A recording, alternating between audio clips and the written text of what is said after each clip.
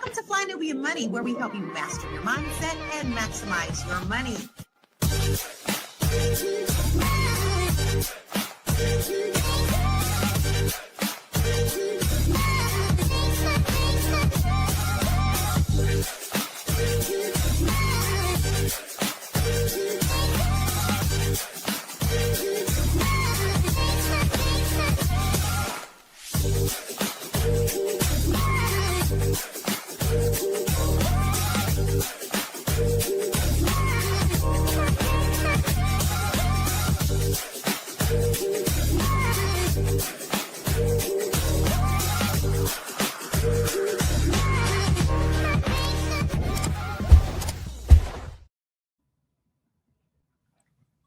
Hello, and welcome to Fly Nubian Money, where we help you master your mindset and maximize your money. Listen, I have some ladies here today that I will introduce, but let's first talk about what we're going to talk about. The internet is talking, and the opinions are all over the place. A man called Russell Wilson, lame, for doing what so many men do, providing for his family. Today, we're breaking it down. What does it really mean to be a provider, protector, and strong man in a relationship? We'll talk money, values, and what respect looks like in modern Black relationships. On our panel today, we have Dr. Alicia, marriage therapist, or is it relationship therapist and professor? We have Aisha Verzi, our financial service expert, and Mary, who I'm seeing for the first time, I think since ABNC 2019. And great to see you, Mary. Thank you, ladies, for joining us. Let's jump right into the topic. And first thoughts. Aisha, I'll start with you. First thoughts, a man being called lame for taking care of his family. What are your thoughts? Wow. That was my thought. Wow. I don't know who raised the person that was saying that and why they would even think to say such a thing, because it made no sense to me. Absolutely no sense. That was my first thought. Dr. Alicia, first thoughts. Man calls Russell Wilson lame for providing for his family. I don't know. Is that a man, or should it be like even a boy would think that? And I don't even know. Even children know that family is important. I'm not certain what word to use, if you should call him a man or person. No, actually, someone who is triggered by watching another person demonstrate healthy relationship and healthy family. He himself, whoever this person is, he himself has some insecurities and is triggering something in that person. Maybe we'll get into who this person is that made this statement and where they're coming from. They may be coming from a place of pain and hurt. So I'm really curious, I'm a therapist, so I'm always curious about, okay, you just made this outrageous statement. Where is this coming from? Like, what is his reference and what's his thinking about you're lame because you're taking care of your family? Like, what does that mean for him? I love the way you're always kind of not responding the way we respond. You respond like a therapist, like, okay, let's look at him. Maybe he might have some problems. Mary, first thoughts. A man who's providing for his family is seen as lame. The first thing that comes to my mind is Willie Lynch syndrome.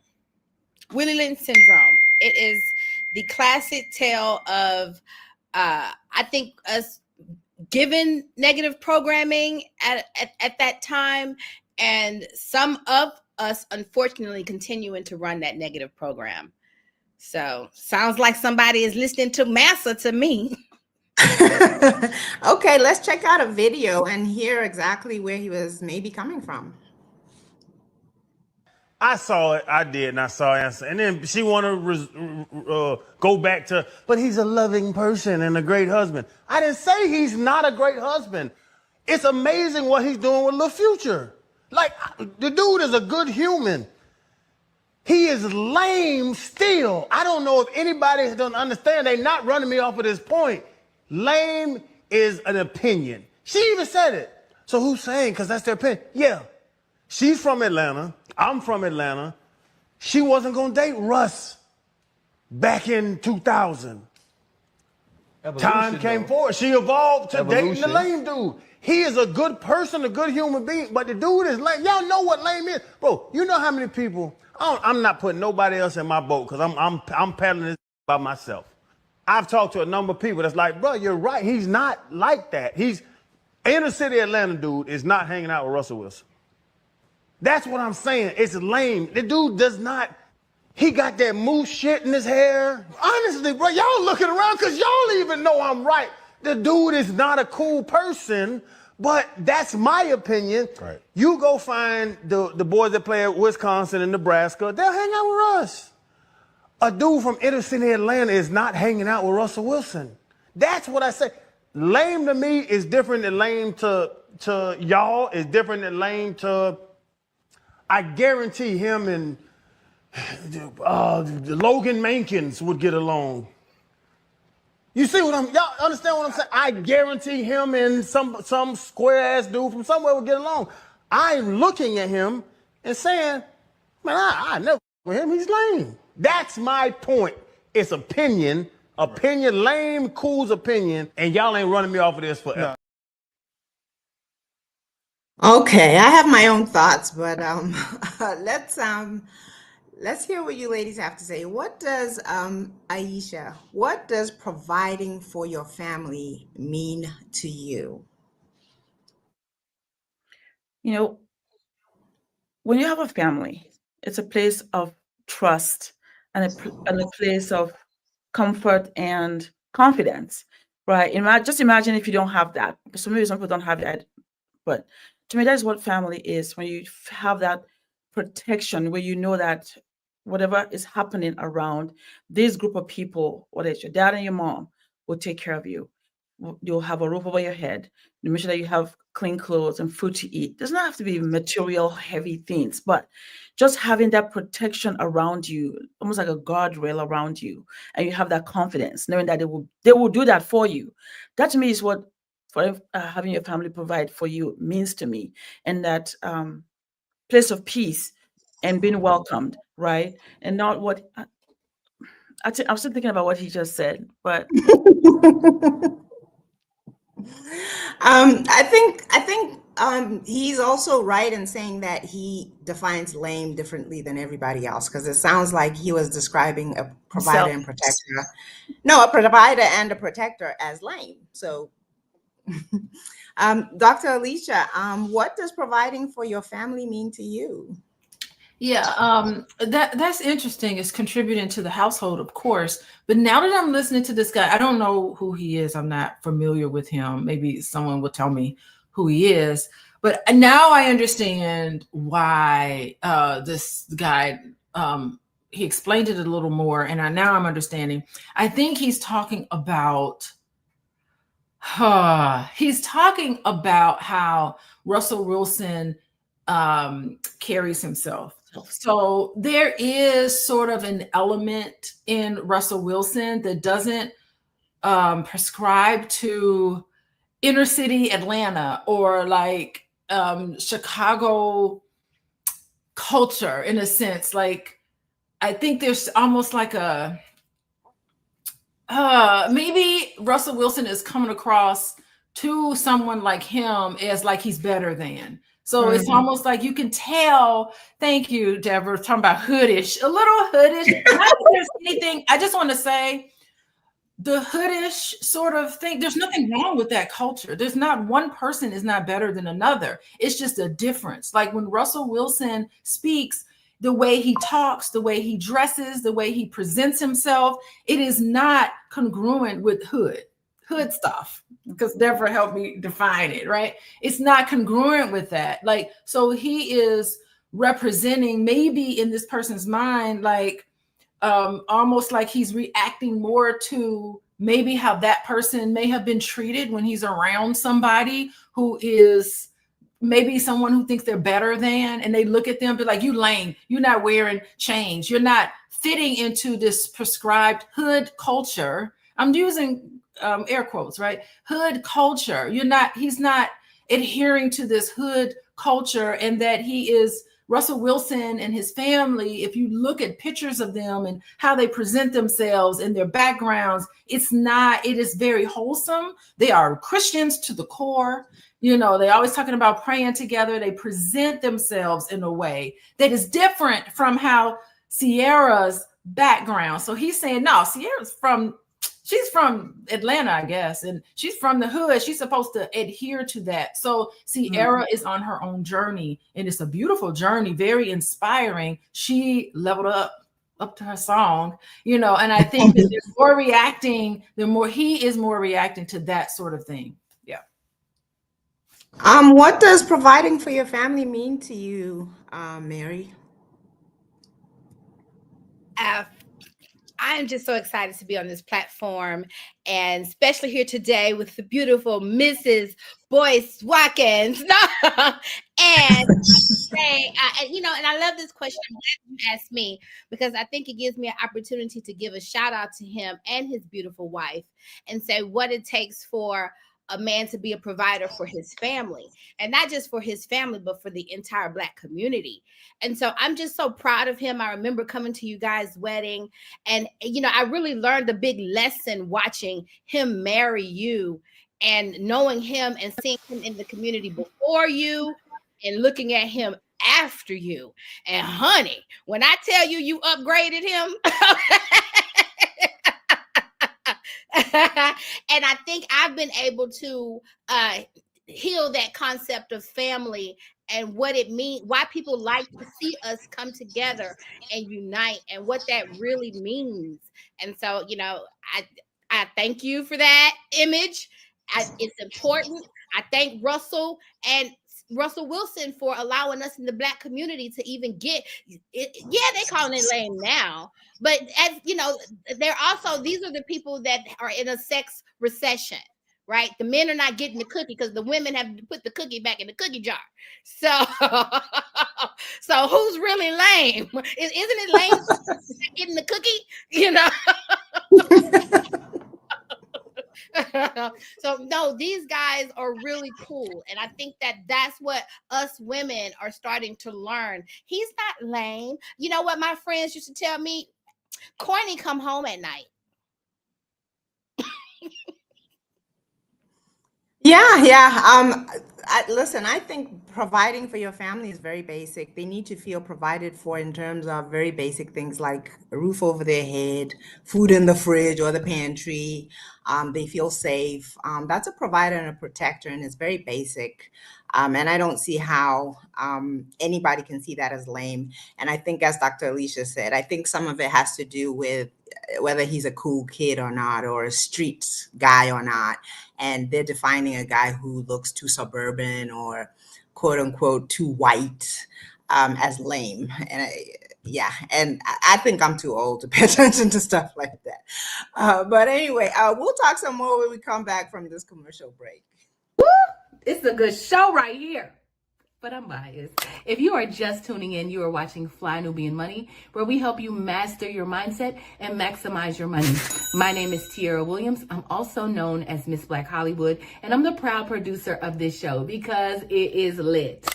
If you want to receive notifications for when we go live Monday through Friday, 1 to 2 p.m. Eastern Standard Time. All you have to do is text the word Queens to 87948. That's Queens to 87948. That's QUEENS to 87948. Also, if you want to grow your money and not blow your money, all you have to do is go to flynubianmoney.com. There's all kinds of resources, there's courses, there's free giveaways. There's just no reason to be broke in 2025. All you have to do is go to flynubianmoney.com. Obviously, you don't want to be entertained here. You want to know enough to grow. Wait, I need to put that on a shirt. You got to know to grow. Got to know to grow. So know and grow with flynubianmoney.com. No, and grow and put it on a t-shirt. I want to put on a t-shirt, I am lame, or my husband is lame. Since that's how we're defining lame nowadays, as a man who protects and provides and respects himself, and I'm lame AF. I've seen the young people putting AF, and I can't say the words. Can a man be seen as weak for financially supporting his family? That blows my mind, but I'll ask you first, Mary. Can a man be seen as weak for financially supporting his family? I don't see how, but let's hear it. Only by weak people. Only by people who don't want to grow. Only on a low vibration. That's a low vibration plate. That's a low vibration thought. That's a low vibration people. And when you think about it, I hate to say it, but we're maybe the only race of people where it's upside down world in certain parts of the Black community. Because I ain't gonna give that to everybody, because it sure is not y'all this is the home for Fly Nubian queens and kings and people who walk in their purpose. So that's not us. But yeah, so unfortunately, some people live in that way, but that's not. No, everybody else, what it takes to be a man. Men want to grow up and be strong men like their fathers, like their fathers' fathers. They want to support a family. They want to grow a family. They want to support their community. They want to make money. Part of that is figuring out, I want to be a woman, wanting to test yourself and be materialize the best version of yourself in this lifetime. So that's for weak societies, not for places where people that are trying to grow. I was having a problem with the question in the first place. Dr. Alicia, I won't ask you and Daisha that same question, because I just don't see how financially providing for your family can make you weak. But let's see the next video and hear what they have to say. Yeah, baby. Standing on. Shannon is not pivoted, okay, from his stance on Russell Wilson at all. But let me ask you a question. I didn't hear the first time. I seen the clip where he said it was, but what did he say made him lame? Is it because he takes care of his wife, or is it just the way that he looks, the way that he acts, the way that he talks? Like, what did he say that makes him lame? He said because he puts moose in his head. So just the moose in his head to make him lame? Yes, but I will say the part that you're talking about, when the whole, because he takes care of his family and he's a family man and his wife and all the things, that did come back up because Ryan Clark actually has some comments about that. Let's take a listen to that. Hearing Charlamagne say your name when referencing Russell Wilson was a little stunning, but that's what they do, on the show. I thought Sierra handled it like a woman and with a ton of class. She didn't want to get into name calling. As far as the Russell Wilson piece, I believe Doug Baldwin, Mike Robb, and Marshawn just had a conversation, and they talked about Hawaiian shirts and flood waters. And there is the time, especially in our culture, where some of those things aren't cool. And cool is a big thing to us because we got some cool mother effers in our culture. I think where I felt things went left was when DJ Envy brought up because he loves his wife or because he loves his children. The coolest thing about Russell Wilson is the way he loves his family. We got an opportunity to meet Future at Pittsburgh camp. I got an opportunity to meet him at the Pro Bowl. And there is no difference between that child and the children that Russell Wilson and Sierra made together. Ryan, I love the pivot, by the way, but Ryan loses me sometime, though, because I can't tell when he's performing for his audience or when he's being sincere, because there's absolutely no way that hearing me say Channing's name was stunning in reference to people calling Russell Wilson corny, because he's sits next to Channing Crowder, who started that rhetoric. Right. And by the way, I misquoted Channing. Channing said he was lame. He said he was square. Yeah. He said that Sierra was just with him for the money. Dang. So all I said was corny. So I actually misquoted Channing. Yeah. Sorry, Channing. So apparently recently, Future's child who lives with Sierra and Russell Wilson, they changed his name to use Russell's name, and his father, Future, said he doesn't give an F.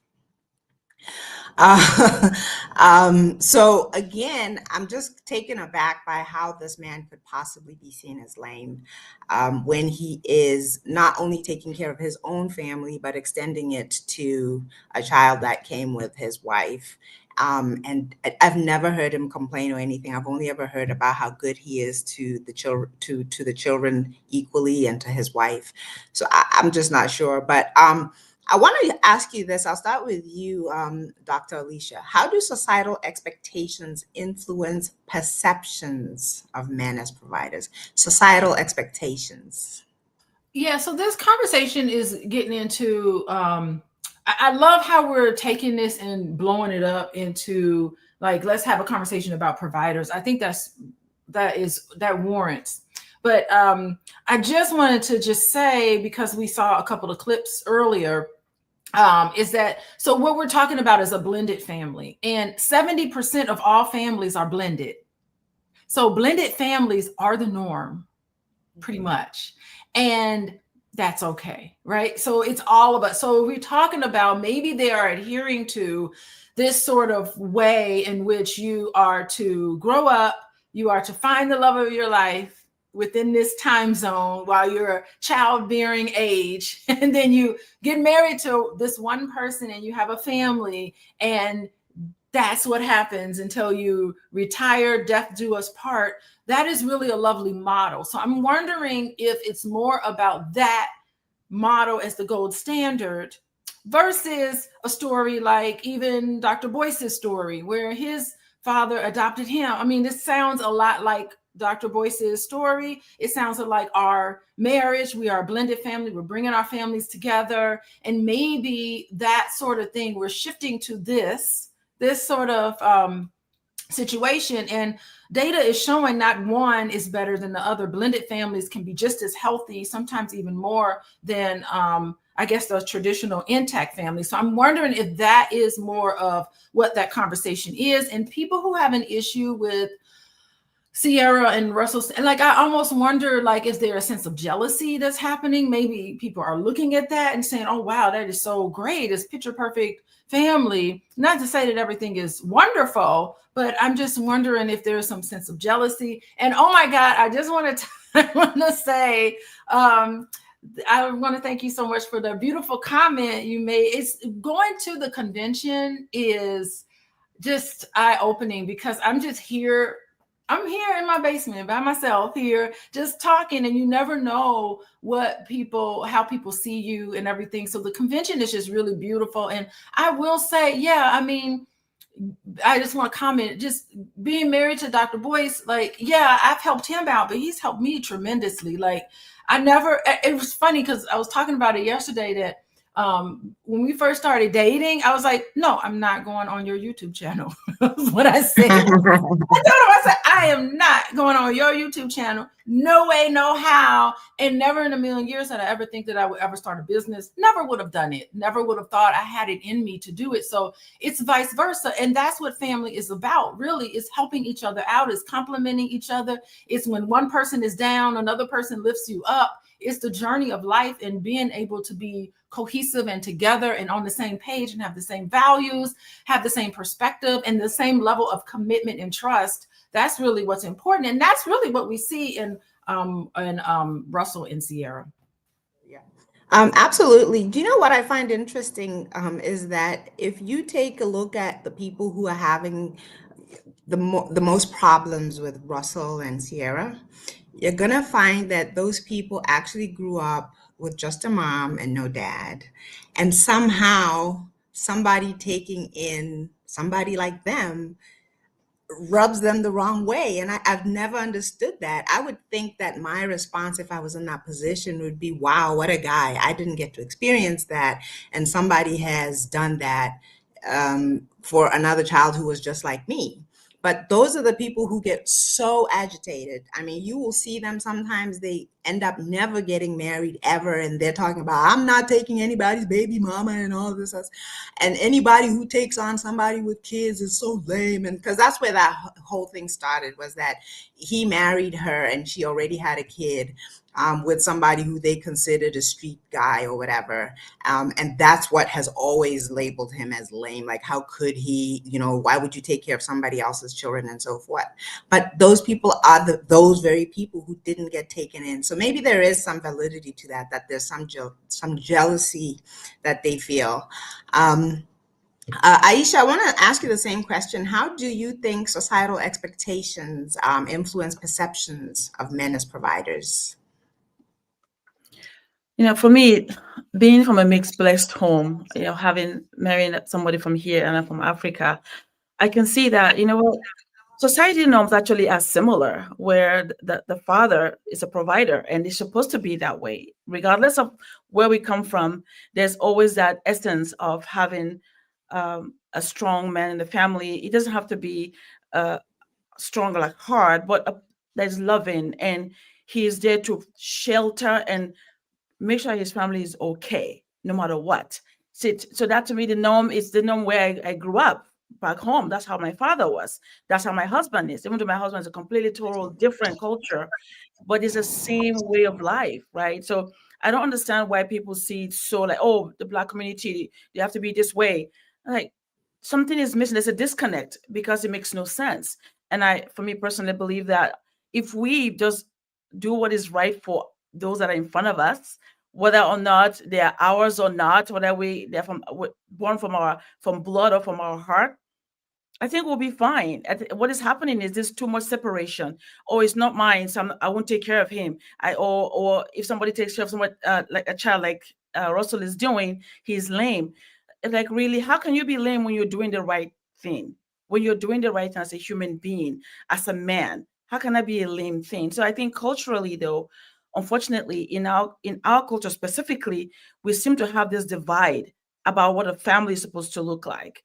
I don't know what is always happening, but something has to be done with that, where we don't keep moving away from what really God wants for us. Because I believe that if we look even at the first family, Jesus and his adopted, right? It's a single mother, and he took care of her. So I don't know why it's such a big deal where we keep separating. And I hope that we work towards bringing everybody together. This guy that maybe has the hoodish way of thinking, he'll think about it differently. Even if he didn't have it, perhaps he can learn from somebody, and somebody can bring him and show him that this is the right way. The pain you feel is because you didn't have that. Hopefully that will make things better if he gives himself a chance. Mary, when we come back from commercial, we're about to go to commercial. I'm glad you brought that up, Aisha, that we're talking more about emotional support and talking about defining a strong man as not just being hard, but also sometimes being strong enough to be vulnerable, accessible, show his emotions. So we'll talk about that when we come back from commercial.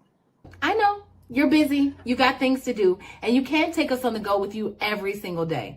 Good news for you. We are now on Spotify. So if you can't watch us, now you can listen to us on Spotify.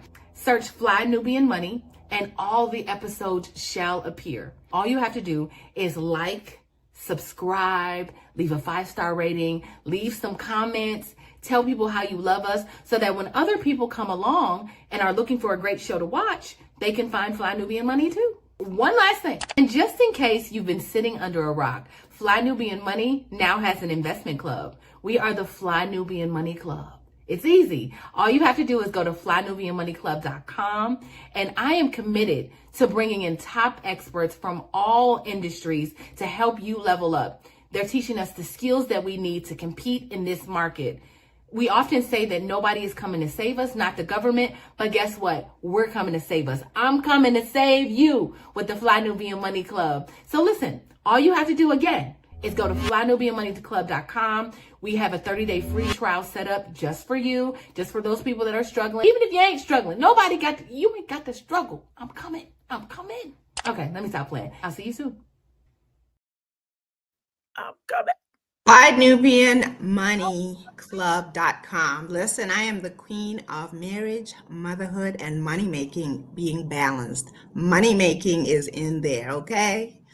Okay, so Mary, is emotional support as important as financial support in a relationship? And I think we're talking here about, because we've been focusing so much about the men. So is it as important for a man to be emotionally supportive as he is maybe a provider or a financial supporter?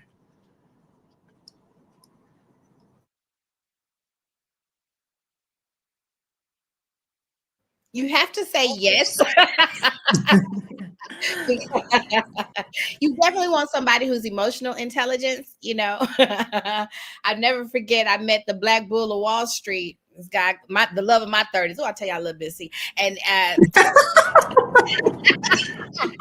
the Black Bull of Wall Street, and he told me he would not date me because he said I have zero emotional intelligence. But do you want to be my lawyer? True story. Yeah. And so emotional intelligence is up there. If you don't have, all the money in the world does not overcompensate, will never overcompensate for true love. And people they chase it in the form of drugs, in the form of, all kind of other things, but there is just no food, whatever addiction, but there's just no substitute. And so you're right. There is this big concern on men just being, just providing money. But I think that's because a lot of women have kind of given up on love. Okay, let's take a look at some stats.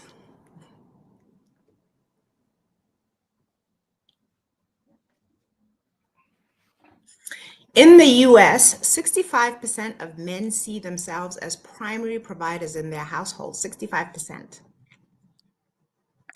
According to Pew Research, dual income households are rising, but men still feel pressure to lead financially. Social media posts criticizing men for providing often go viral, reflecting a tension between traditional and modern expectations.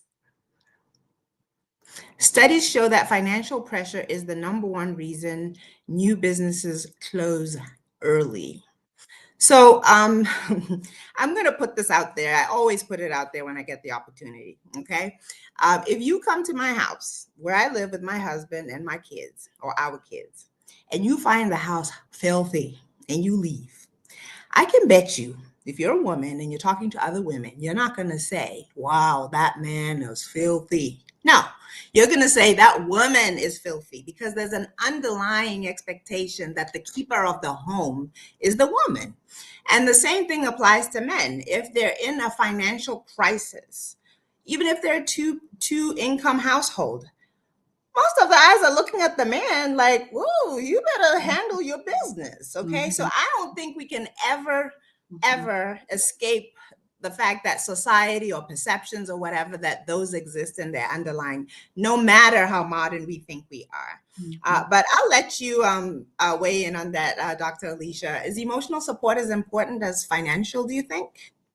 Emotional support is, if not even more important than financial support. And I think what you're talking about are these scripts that we have, this sort of template that we have that's, that's talked about when we watch television and the media, and a lot of what we saw when we were growing up.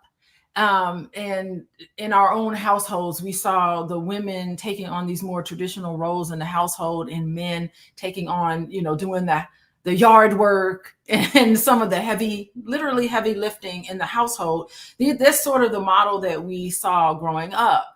And no matter how modern we think we are, when we get married and have kids and all of that, we tend to slide into these roles, and women are exhausted. So because of that, and I think because it's because of economic challenges, women are working inside, outside of the home. Even if it's remotely, it's still outside of the home.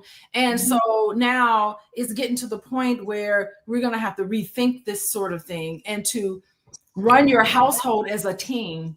It's a teamwork that really makes it work. Everybody contributes. Everybody picks up behind themselves. Everybody can cook. Everybody can clean. Everybody makes the household. And it's being able to support each other where another person is not available, another person shows up. So this is what happens that creates a more satisfying marriage, is when it's just, you're not leaving your spouse alone. You're not putting unneeded pressure, because remember, we have economic pressures outside of the house. And so you need to be able to look at your partner and say, I'm not feeling well. Please, let's work together to make sure the kids are fed and bathed and in the bed, and all of the responsibilities that it takes to run a household and to run your marriage like a business. It takes a lot of teamwork. And families that are able to do that and to take a look at that and say, you know what, this is not working, because I can't drop everything onto my wife and I can't drop all of the financial pressures on my husband. We have to figure out a way that works together, that works for us. And so that's one of the things that we're seeing, that a lot of African American families, by the way, are really embracing this egalitarian style in terms of running their households, and they're happier for it. Black fathers are more involved with their children than any other group of people, and that's what the numbers say. Yeah. Yeah, see, I'm old school and I'm a traditionalist, but I won't belabor it. Aisha, sorry, I'm not gonna drop it all at once. Aisha, emotional support versus financial support. What's more important when you're looking at a husband or the head of the family, or the man in the family? Because now there could be an argument that he's not the head. So I'm just saying the man in the family. I think it's both. I don't think there's one or the other. I think it's both.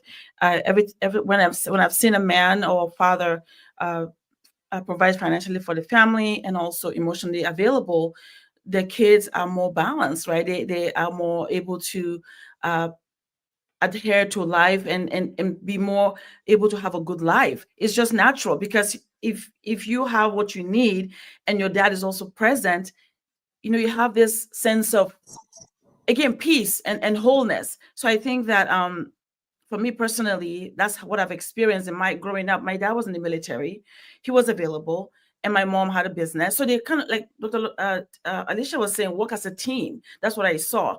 And my dad would sit down with each of us, talk to us. What are you doing? What's going on? Do you have homework? He was there, and he would sit down and just listen to you. And so when I looked for my own husband, I looked for the same.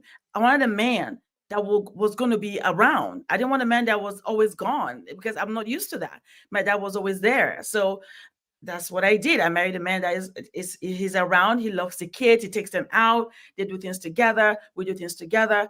Really team effort. So both is important, financially and emotionally, because then we become really citizens of the world, not just one or the other, right? So I think it's both. Understood. We have another video. At what age, as Black men, do you all give up wanting to be cool? Ryan Clark brought up the interview that Sierra did on the Breakfast Club and how he felt she handled it with grace. My issue is that what should have been done was you all should have been apologizing. Instead, you talked in circles and still ended up promoting this stereotype that Black men are not cool if they not street niggas. On to say how Sierra handled this with grace, and because Channon's name was brought up by DJ Envy, and how, the coolest thing about Russell Wilson is how he takes care of his family. Channing goes on to say that nobody's going to, change his mind about what he said. And he said, Sierra wouldn't have picked, she's from Atlanta, she wouldn't have picked a guy like Russell Wilson if she was still in Atlanta. Now, he then goes on to say that Russell Wilson would be considered cool to inner city Atlanta dudes like him. This man is 41 years old with 3 children, his oldest being a girl. So what you're telling me and the rest of the world is that it's okay for your daughter to go out and date a Future because he's cool, but not Russell Wilson because he's not cool to inner city guys. The ridiculous thing to me is that you are even using inner city dudes from Atlanta as a place to measure. You're measuring Russell Wilson. You're comparing Russell Wilson to dudes in Atlanta who probably ain't never left the hood. And this right here, this type of shit right here, is why it is so difficult for young Black boys to ever see themselves being an individual. This is what happens when you give ignorance money. This is what happens when the only option that a lot of them feel they have is rap, the streets, and fucking sports. Why is it that we want to put lame next to people who don't want to share in those experiences of having to come out of the trenches? That wasn't that man's life. So y'all want him to go around here flogging? Y'all want him to go around here acting like he a real street dude, and he know for a fact that that is not who he is? That was never his life? So you're going to penalize him for... Round and round and round and round. Why are we calling somebody who's obviously a responsible, available protector and provider to his family? Why are we calling him lame? She made a great point where she says, does he want his own daughter to be with a Future rather than a Russell? And unfortunately, sometimes people do. Mary, this one, I'm going to start with you on this one. How do you think, or how do gender roles impact relationships in the Black community? Gender roles, how do they impact relationships in the Black community? Oh, how do gender roles impact relationships in the... I hope not much anymore. I hope, in 2025, in 2025, now that we got this rainbow community, I think people are just doing what they want to do. And even when you get into gender roles, you can see two women playing out gender roles, and you can see two men playing out gender roles. And so, I think everybody is just doing what fits them. That's what I see. How do gender roles impact relationships in the Black community?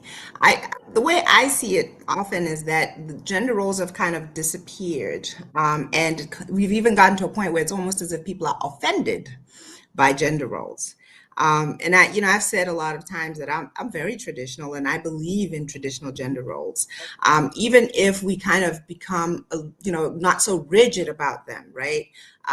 But again, women and men are different, and trying to pretend that we're the same and we can all do the same things, I'll just never subscribe to that. I'm sorry, I just won't.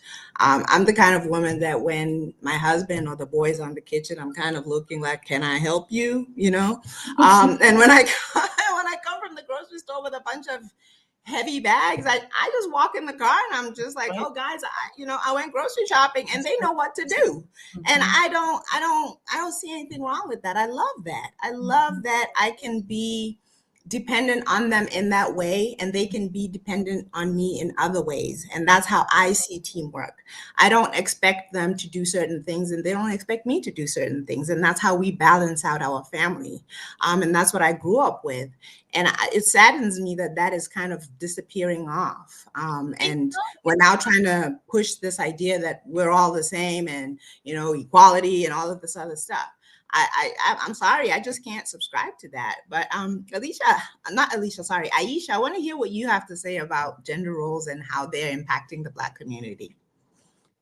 I think we're equal, but just different, because we're equal in who we are as human beings, husband and wife, or man and woman, but we're just different. We're built differently. We have different emotions. We view things differently. We just do. And I agree too. I love being a woman. I don't want to be doing the stuff that men have to deal with. I don't want to do that. I want to do my own stuff. So I think that the fact that in our culture today, there's this trying to blur the line between men and women, is, to me, I don't think it's a good idea, because then it makes it hard for really for us to thrive in a way where if a young girl now wants to be a woman and just be taken care of, she feels like, oh, it's wrong. And there's nothing, to me, there's nothing wrong with that. If I go to the market, if I go to the market and come home, I just grab my bag and work in the house. And the men know what to do. My son and my husband know what to do. They get everything, anything that's heavy. I don't have to do that. And I like that.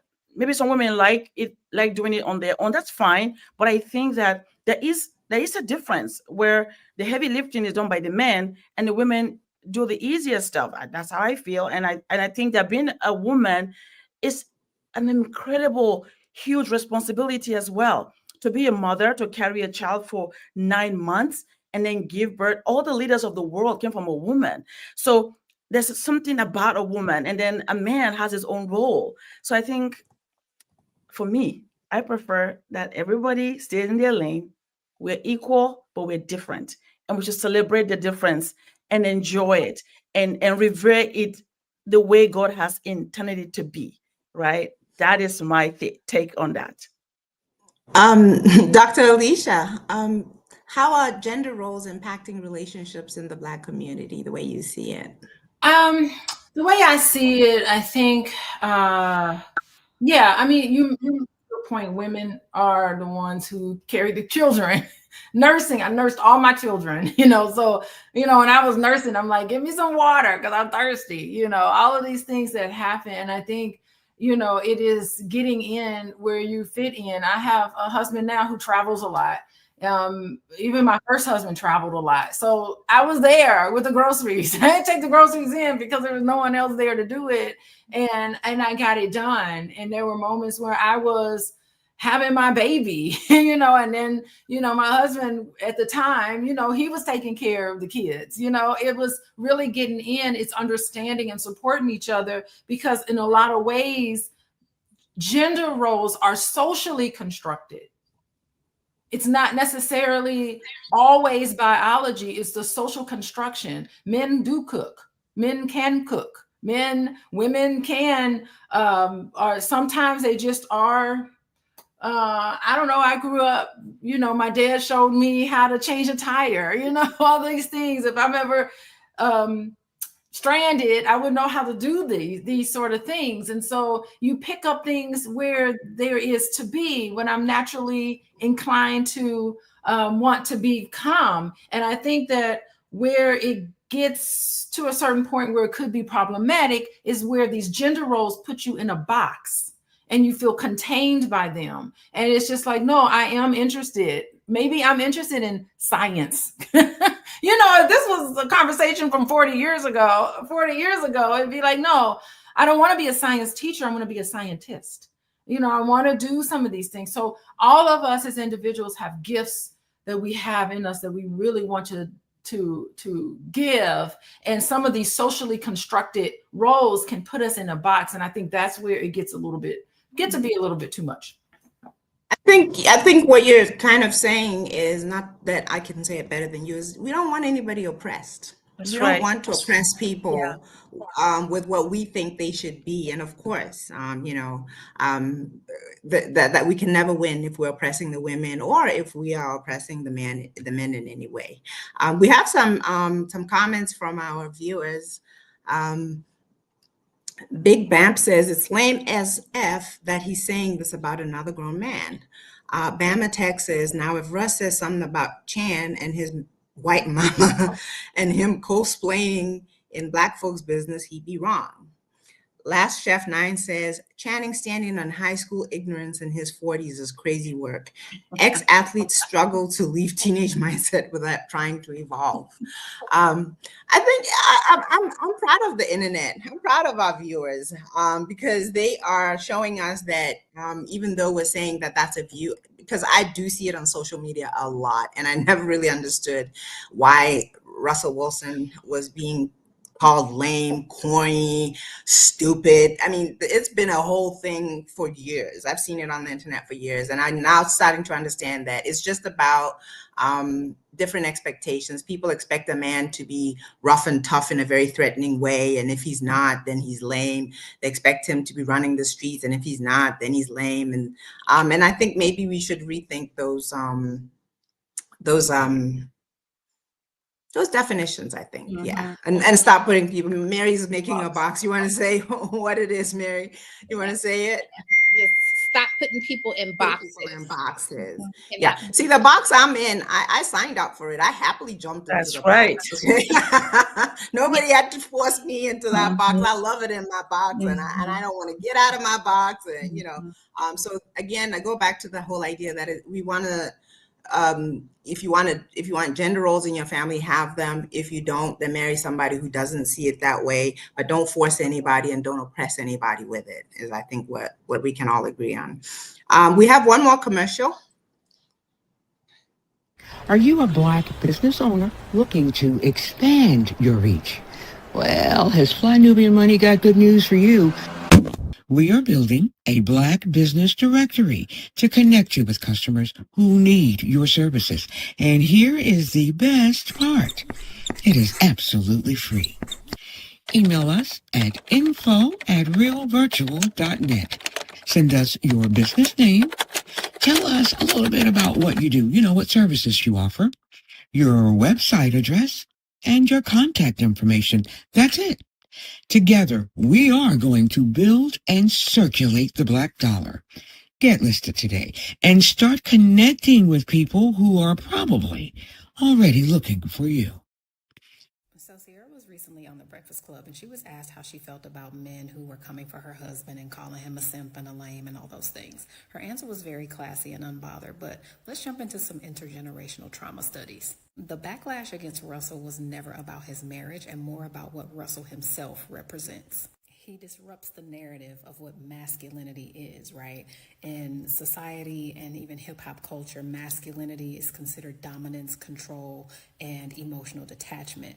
But what Russell Wilson has decided to do was incorporate devotion and vulnerability, in addition to being successful and wealthy. All of the masculine things, right? But he challenges that narrative, and that's why a lot of them are being stirred up with this resentment, because they're seeing someone, particularly a Black woman, be loved in a way that their mother wasn't.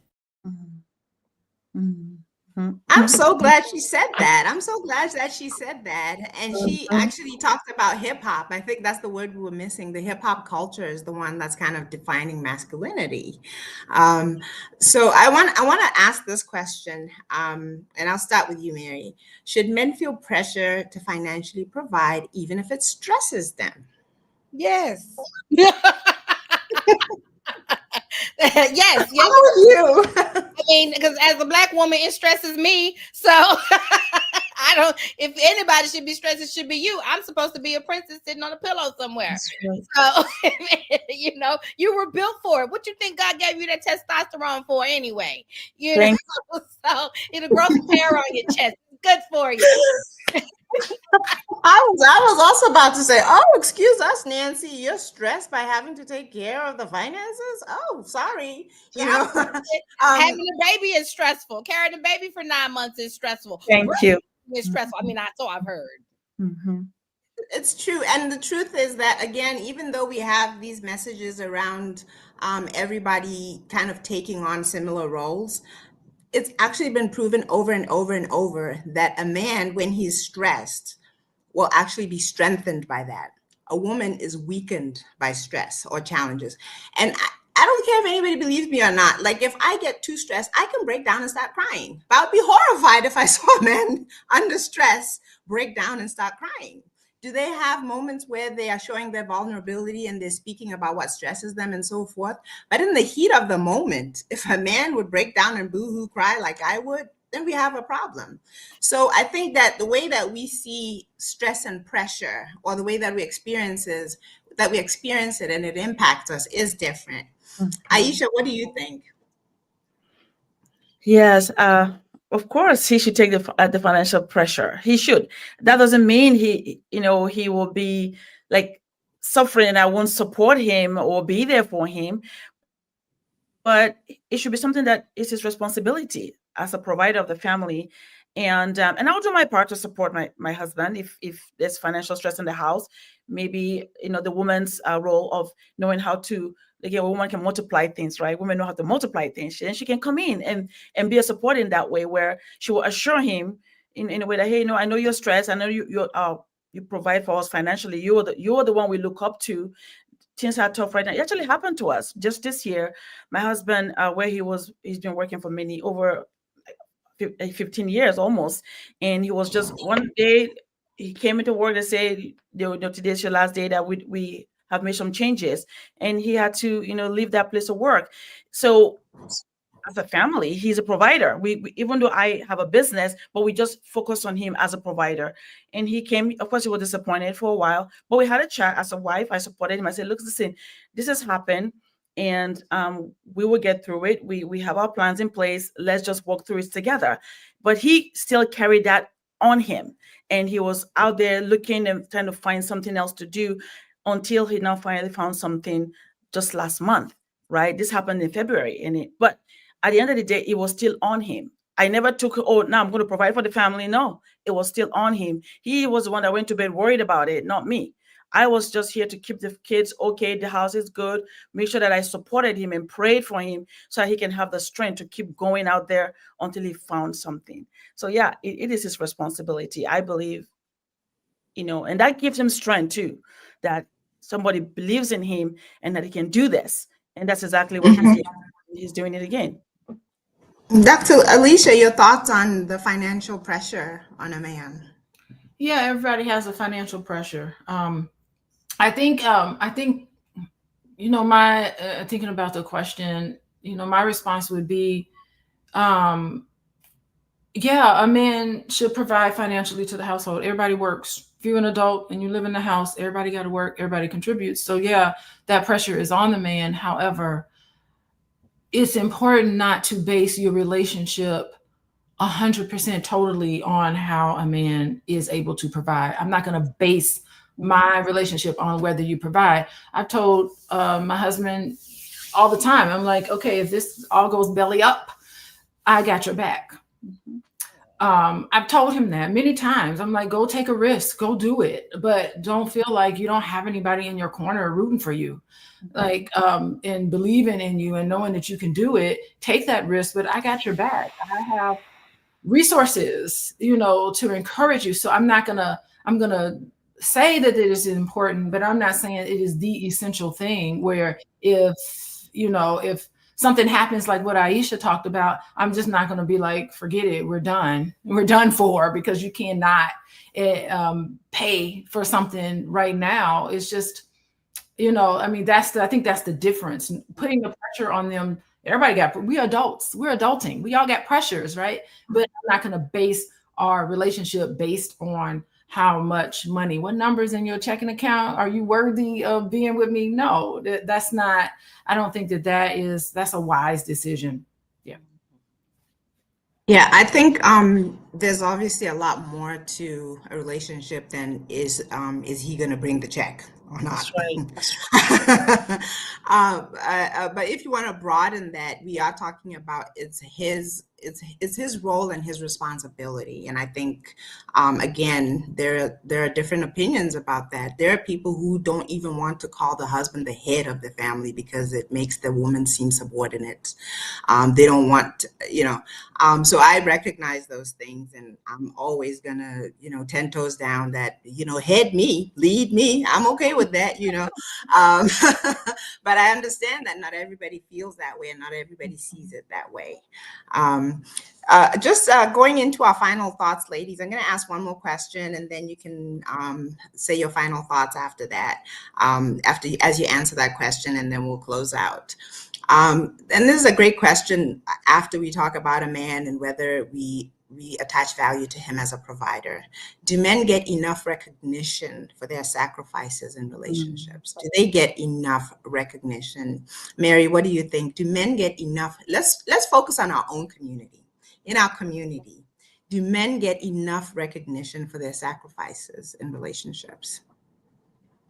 I'm such an optimist, so I have to say yes, because I always say yes to everything because I'm positive. But I have to say yes, and I think that if I just gave Dr. Boyce Watkins his flowers right here next to his beautiful wife.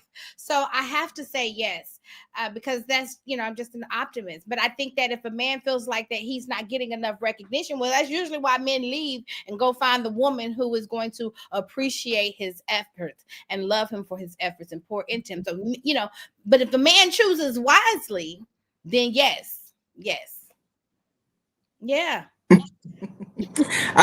Somebody in the comments said it's all about the money, baby. Women not looking for no Women aren't dating broke dudes. Anonymous said that. It's all about money, baby. Women aren't dating broke dudes. And I think he's oversimplifying something that if a man is clearly broke and doesn't seem to have a way out of broke, yeah, I'm not interested. He should have a strategy out of there. That should not be his habitat. That should be a temporary place because something went wrong or because it's a season in his life. And I trust and believe that he will find his way out of that. And I believe that I'm the caliber of woman that will support, encourage, and do everything that I can to make sure that we move out of that zone. Dr. Alicia, do men get enough recognition for their sacrifices in relationships? Clearly not. Because if men got enough recognition, we wouldn't have a man calling Russell Simmons lame for providing for his family. I think that men like Anonymous and some other people in the chat, I think that maybe they have histories. If I could imagine, they may have their own personal history of feeling like they've been taken advantage of. And they have been, and I think that they come from a place of hurt and fear.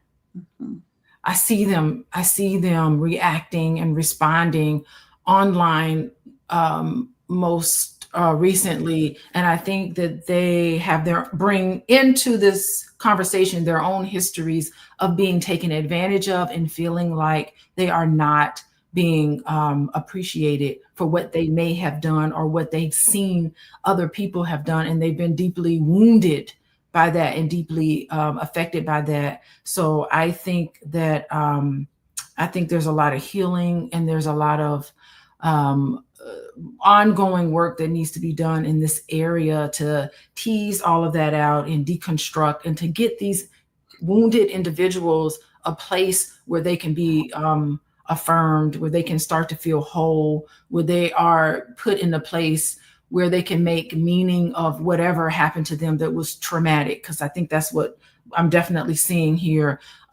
this outburst of trauma that I'm seeing. And I think that's sad. So I would say maybe not for individuals who would look at Russell Simmons and others and call them lame. I think those are people that are coming from a place of deep-seated hurt in their past. So I wish them all well. And your final thoughts? I think we didn't get any final thoughts from me. Oh, that's my final thought. How about that? Let's do that. Where can we find you got some Dr. work Alicia? to do. Find me at coachingwithdralicia.com. I do have a book club. I just want to highlight here. Hopefully I can highlight it just real quick. If you want to join my book club, because we're having conversations about how to be an adult in relationships, go to draliciabookclub.com. It's free, and join me on Sunday. So, Mary, just quickly, where can we find you before we go to Wall Street Lawyer? Oh, I'm sorry. TheWallStreetLawyer.com and BlackWallStreet.com. The Wall Street Lawyer on all social media, Instagram, TikTok, at The Wall Street Lawyer. And my final thoughts, this topic makes me think, yes, men are supposed to be the head. I like my man to be the head. But we have to remember, they say the man is the head, but the woman is the neck. Final thoughts. Absolutely. Aisha, do men get enough recognition for their relationships? And let's make those your final thoughts and let us know where we can find you, please. Thank you. I agree. I think men are not given enough credit, I don't think, in our community. That is why there's a lot of brokenness too, because the men are usually the head of the household, and they're not given enough credit. So they feel either overlooked or not valued. And I hope that even we now, as we see this happening, we can find a way to start valuing them. And even if it means, us, if we have brothers or boys, start working with them and training them now so that they can understand the value of being a good man. And then we actually value them as men and treat them in such a way so they can grow up understanding that role that they will be playing in future. So that value, will continue over time. But the ones that we know of today, I don't think they're valued enough, because, Black men people are afraid of them for one reason or the other. I don't know why. So consequently, everything negative is being thrown at a Black man. Everything negative. I have 7 Black brothers, and I love my brothers. My brothers are amazing men. So for someone to tell me that, that my brothers are not good enough because of their this or that will make me feel bad. So I think that we also have to do more work to recognize our men and show them respect and love and support. And for people like Anonymous that we also have here, sometime again, like I said, maybe it's brokenness, and we can tell from the way somebody's negative all the time and spewing on other people. You can't tell me it's because you care about people. It's because something is hurting you, so you're projecting back to people all the negativity. So we can help, hopefully, people to be on the right track and show them care and love. But where can you find me? I'm in the Black Business School. I love being part of the Black Business School. Our goal is to help everybody elevate to the next level, rise to the next level. And you can find me there or at aishaverzi.com. Thank you. Thank you. Thank you, Aisha. And thank you, ladies, for today. I'm going to keep my final thoughts down to like 30 seconds. I'm not going to talk about whether Black men are appreciated or not. I'm rather going to implore us to really appreciate them, because I believe that Black men really do bear the brunt of being Black, especially in America. They really go through a lot, and it would be nice if they were just shown some love, compassion, and appreciation. My name is Noma Langa. I am the queen of M3, Marriage, Motherhood, and Money Making. You can find me at nomalanga.com. I'm also in the Black Business School. This has been a great show. Thank you so much, ladies. I always appreciate all the different perspectives. That's a wrap for today's episode of Fly Nubian Money. We've unpacked what it truly means to provide, protect, and show strength in relationships. Remember, it's not just about money. It's about respect, partnership, and building a life together. Thank you, queens, and we'll see you all tomorrow.